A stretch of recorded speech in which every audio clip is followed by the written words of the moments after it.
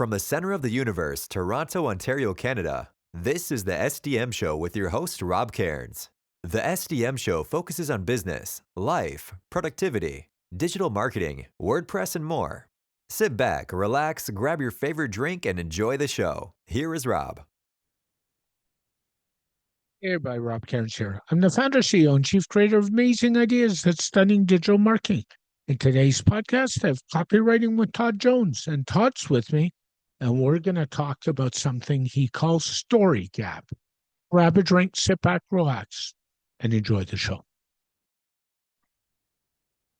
The SDM Show is brought to you by Stunning Digital Marketing, the digital marketing concierge that helps you put all your marketing pieces together. We are your marketing experts.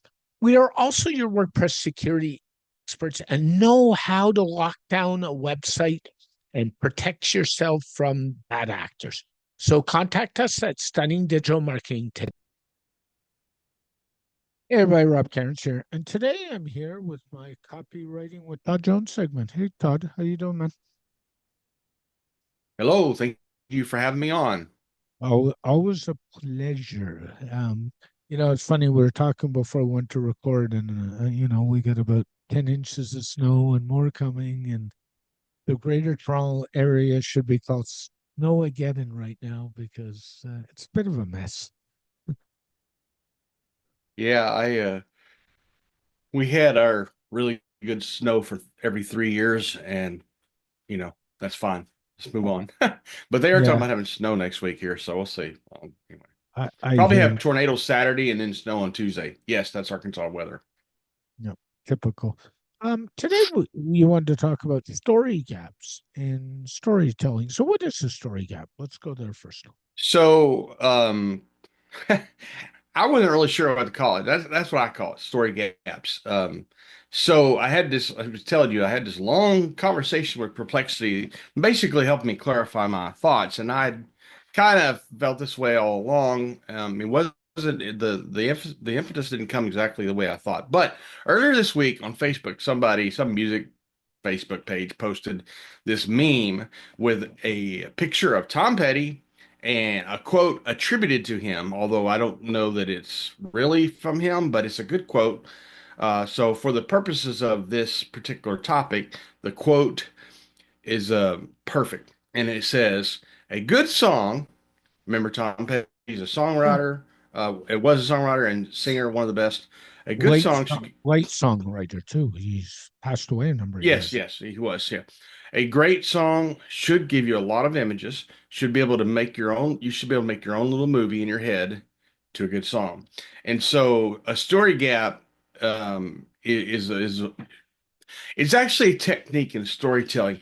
In my little conversation with the perplexity thing, we come up to the conclusion that it can happen both naturally, like involuntarily, or it can be employed specifically. But I go back to the book Stories to Stick by Kendra Hall. I thought I was where I got it. I really didn't. I think it's implied, not really specifically said. She talks about the components. She calls them the components or the elements that makes a good story. There's four, I think, but the one that is necessary for this particular conversation is specific details. Mm. So you're telling a story. Went to the podcast conference last month, and it was a big auditorium, and it was cold, and they had this carpet looked like it was from the 1990s, and you're given some specific details. But maybe you choose, and this is the actual idea of a story gap, choose to neglect a detail. But we do that sometimes because it's impossible one, to remember all the details, and two, it's impossible to describe every single thing. So you leave out, whether it's on purpose or just involuntarily, details of the story. Now, so what it's a particular tactic, and what it does is allow the person listening or reading. This is not particularly a storytelling by video thing. This is more of a storytelling by listening or reading. So if you're reading your favorite fictional book, They're going to give you a lot of details, but they're not going to give you every detail. So your mind fills those things in from its own collective memory. Now, that part of it is called neural coupling. That's where the neural coupling comes in. So basically, these two work hand in hand. I was trying to differentiate the difference between these two because they, every time Perplexity would summarize it for me, I'm like, that's the same thing. And it took me a little bit, but they're the both sides of the same coin. So one side is you're leaving out details, Yep. but you have to have details, right? You have Mhm. to have some details because it triggers these things. But you leave out details. Maybe you don't. Maybe you say the guy's bald and he has a beard, but you don't say what kind of beard or whatever. You don't say what color the beard is, whatever. Um, that's just a example. Um, anyway, and in the mind on the other side, will fill in the details, and it'll also neural coupling has to do with you being on the same wavelength as the reader. So I think there's an emotional connection too. In fact, those two things are connected by emotion.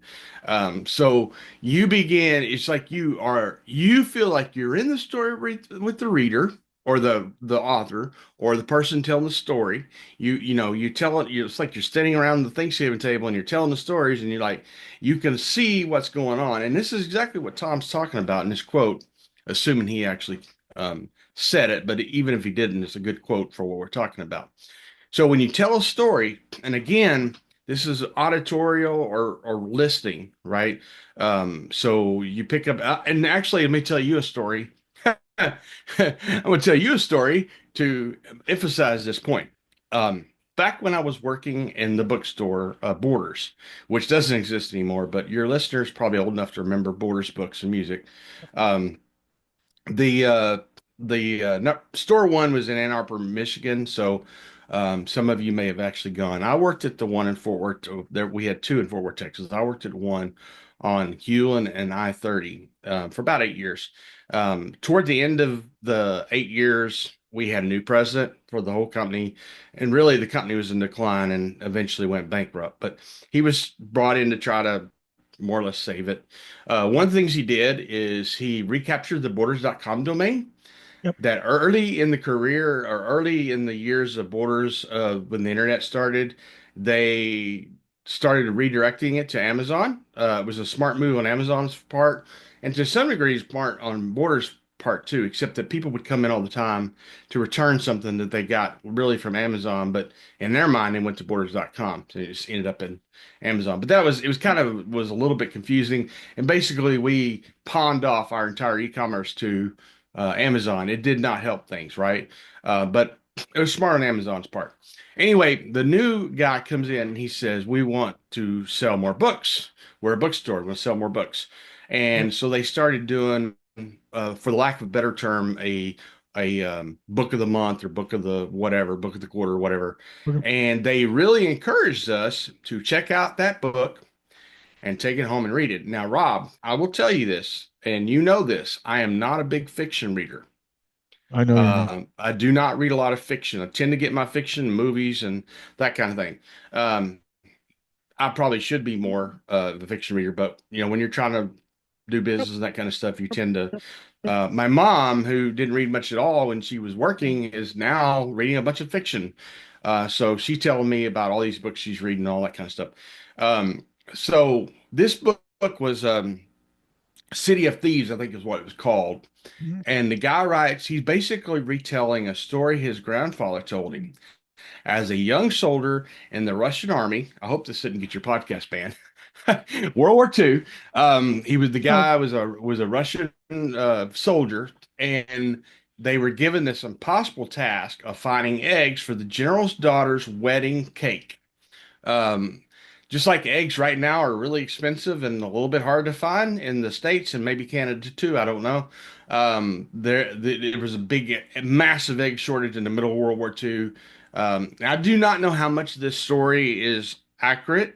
I do know he did some literary license because his grandpa gave him permission to do that. He tells this story at the beginning of the book. This is funny. I could actually see this and hear it in my mind. when I read it. And I would use this story, by the way, to sell the book, of which it worked about 3 out of 4 times. Yep. It was in the first chapter, it really wasn't even a chapter, it was like an intro. He said, I'm I'm having, he's having these conversations with his grandfather, he's recording them. He's just one more time, tell me about this and that. He said, David, he said, I can't remember everything. It was so long ago, I can't remember. He said, Yeah. well, I just want to make sure I get it right. I want to make sure it's accurate. He said, David, you're a writer. Make it up. Yeah. So I'm illustrating this thing with that story. I can literally see them in Mhm. some room, and not in all detail, right? Yep. But a grandfather and a grandson, and his grandson's got the tape I'm sure. recorder, and he's talking to him. He's pressing him about details, right? Because details do matter, but it's hard to get every single detail accurate, describe every single detail. And this little thing, and you can do this, like I said, either knowingly Yep. or not knowingly. But either Mhm. way, it really just what it does is it does synchronize you with the person listening to the story or reading the story. It allows them to enter your world, if you will, in that way. That's the only way I know to describe it. I find this a lot with the biblical stories, right? You feel like you're enter the world, like, there's King David and, there's something going on. I feel like I've Yep. entered the world. That's essentially what you're doing. So you give just enough detail to trigger those memories, right? And your Mhm. brain will fill in what's missing. Mhm. So now when it comes to movies and videos, they still do the same thing. It's the interpretation of the producer and the writer to fill those Yeah. blanks in. But there's Movies, blanks. movies and videos are hard because what it is the writer and the producer shows you and interprets for you, whereas when you read a book, and I Yeah, think I've told you you this, interpret it I'm an avid reader, yeah. and when I read a nonfiction book, I can picture the scene in my head, and I Yeah. walk through the scene. And those are the writers I like to read. And I was thinking about that as you were saying that, and I was thinking, oh, what do I like to read? And I'll throw a few out there. Robert Ludlum, we all know Yeah. who's passed away. Yeah. Anne Follett, two of the, by the way, Yeah. two of the best mystery writers on the face of the earth, two of my favorites. And then I was kind of thinking sci-fi. There's a guy by the name of Piers Anthony who used to write about these mystical worlds, and Mm. I could picture that. Or you remember Isaac Asimov and the robot novels, or Well, I, okay, think about J.R. Tolkien, who did the Lord of the Rings stuff. and then my favorite book, one of my favorite books, 1984, which was Yeah. written in 1948, George Orwell. Yeah. And you read that book, and the point I'm making is, and I read some historical fiction. Mm. John Jakes, who wrote North and South and that series. And I read these books and I just picture them. That's why I prefer reading very much over a movie. Mm. Movies are movies are cool to go out with the other half and say, "Hey, let's go see a movie." And they're fun. They have a purpose. Don't get me wrong. Watching TV has a purpose, but stories in a book or stories online is a whole new level. Mhm. So, Go ahead. Sorry. the people I know who read all the Harry Potter books Yep, say that they did an amazing job with the they did. movie. The No movie looked question. just like was described, No and question. so yeah. But our minds fill in the gaps. Now, we're not writing as business owners. We're not writing a fictional story We are for the not. most part. Sometimes you use one as an illustration, um, but we're using the storytelling to persuade somebody, Mhm. to make a point. Yep, Um, so Karen, I'm sorry, Kendra Hall, that book is a great book to read it for is. how to implement storytelling in your business. She gives 4 stories. I've added a fifth one to it. And then Karen Eber's book, The Perfect Story. If you are a business person or an entrepreneur or a speaker and you want to learn to use storytelling in speaking, Karen Eber's book, The Perfect Story, is a great book to read, to consume, to learn how to use it in storytelling. And she does actually have a very good TEDx talk about with it. She tells a story. It actually gained a lot of views whenever she did it. So those are two. There's a lot of. I mean, there's a lot of people talk about storytelling in the business world. Those two are, in my opinion, kind of, for me at least, linchpins for um, anchoring some of my thoughts on story. I mean, you have Donald Miller as well, and I'm not, but Yep. those two, Karen and Kendra, the two Ks, I guess, are kind of where I stand in a lot of development, a lot of my thoughts about storytelling. And I was reading some stuff in Kendra's book today, preparing for this, and I was thinking I need to go back and read this book again. But it's interesting to me. My friend Brittany Hodak, who wrote Treating Superfans, the book, Love that. when she has this little framework, and she in the first one is S for story, tell your story. Yep. Um, I think, and we talked about this in one of the previous episodes. As a service business, when you're a service business, and I think it's true for product business as well, but maybe a little bit easier to see in a service business. When you're trying to stand out, Mhm. your most ultimate differentiator is who you are. Yeah. It just is. And I know we just want to roll up our sleeves, get to work, help people save money, improve their business, No question. whatever it is. We don't want to I harp on don't. ourselves and I that kind of actually don't stuff. want to help people save money. I want to help people make money. Make money, yeah. That's the better Well, side. when you're a business owner, you either help people save money, make Yep. money, or improve their life or their business. That's No pretty much question. the That's trio your goal. that we're Yep. trying to do. But you've got to differentiate to differentiate yourself. That can be a hard word to say. So you've got to be willing really to be a little bit vulnerable. And I'll hear people all the time. I heard on LinkedIn that people don't want really want to hear your story and blah blah blah. I think what I'll tell Yeah, they you, do. Todd, what I'll tell you is I think people are vulnerable enough in business. People want real people. They don't want bots, and they want to hear the story, and Hmm. they want to hear. I mean, you've heard me over the years in this podcast. I've been vulnerable about my relationships. I've been vulnerable about my health. I've been very, and I'm not. I honestly, I'm not doing it to say, "Hey, look at me. I need sympathy." No, I have support for that. What I'm doing it is to share the experience of being a business owner, and sometimes being Mm. an entrepreneur is hard, and people Yeah, yeah. don't understand that. For example, working at home like you and I do, or you being in an individual office, we're lucky, you and I. We have a gang of friends. I mean, we've got each other. We've got Ryan Waterbury. We've got Devinder. We've got Paul Lacey. I mean, we banter all the time. That's probably our secret because we all know that being by yourself will kill you. And we Well, and I'm know. trying to be more present.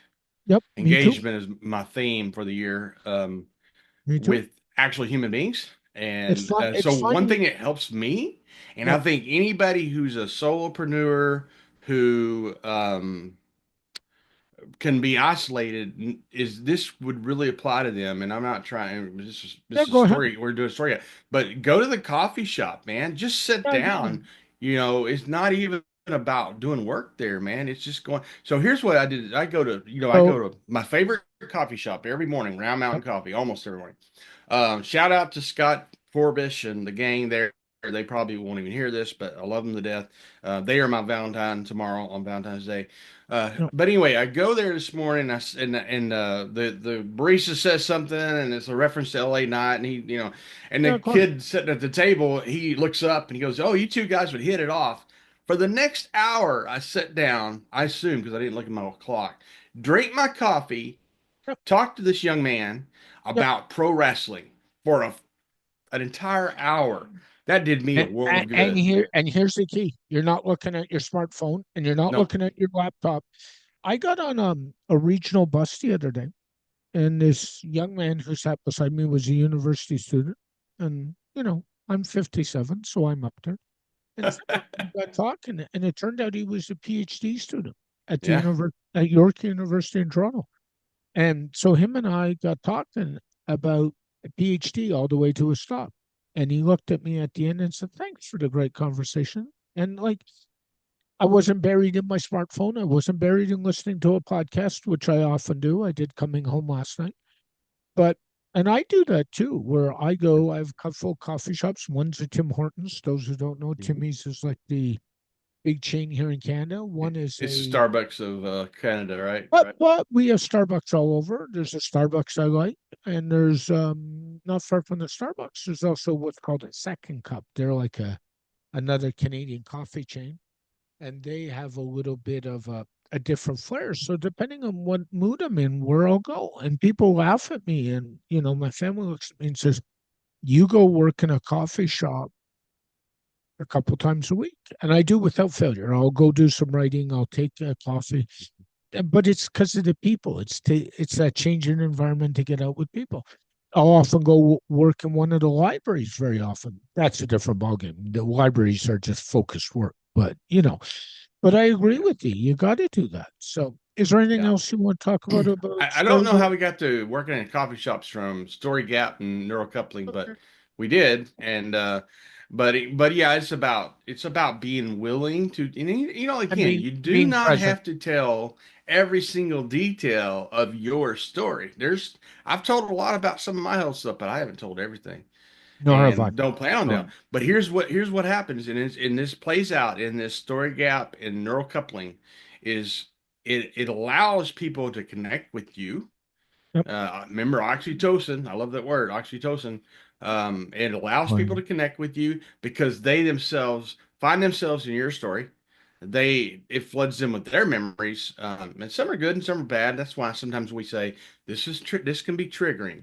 It depends on what you're sharing, but I think it's not about being vulnerable. It's not about being overly authentic either, because authentic is a buzzword that a lot of people use in business. So you got to know you don't do it all the time, right? When you're talking about your own story, you don't do it all the time. You tell it just enough, and that's why I'm bullish on about pages and that kind of thing.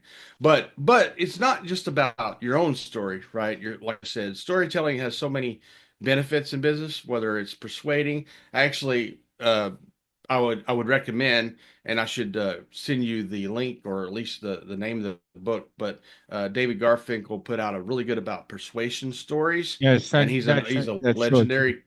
he's a legendary copywriter. He We'll, invited me on his we'll show last year, and so listeners, we'll get that link in our show notes. So we'll take care of that. But thanks for sharing. Try it.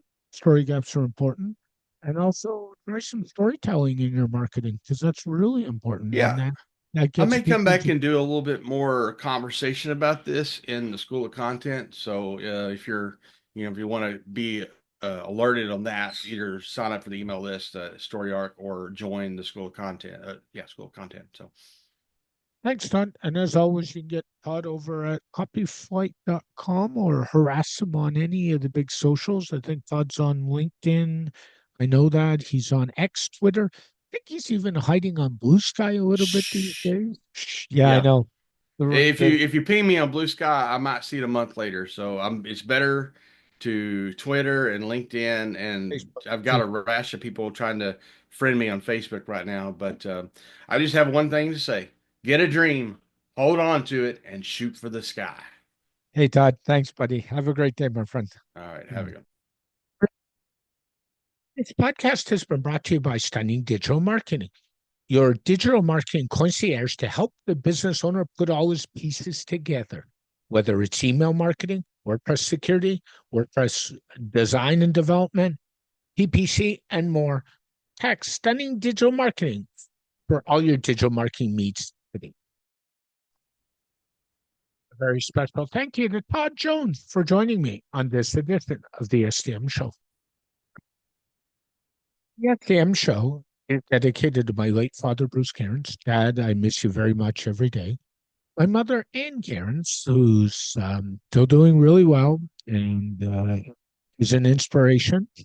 And of course, Tiz Maroney. And Tiz, I know I've said it, but thank you so much for all the inspiration you give me every day.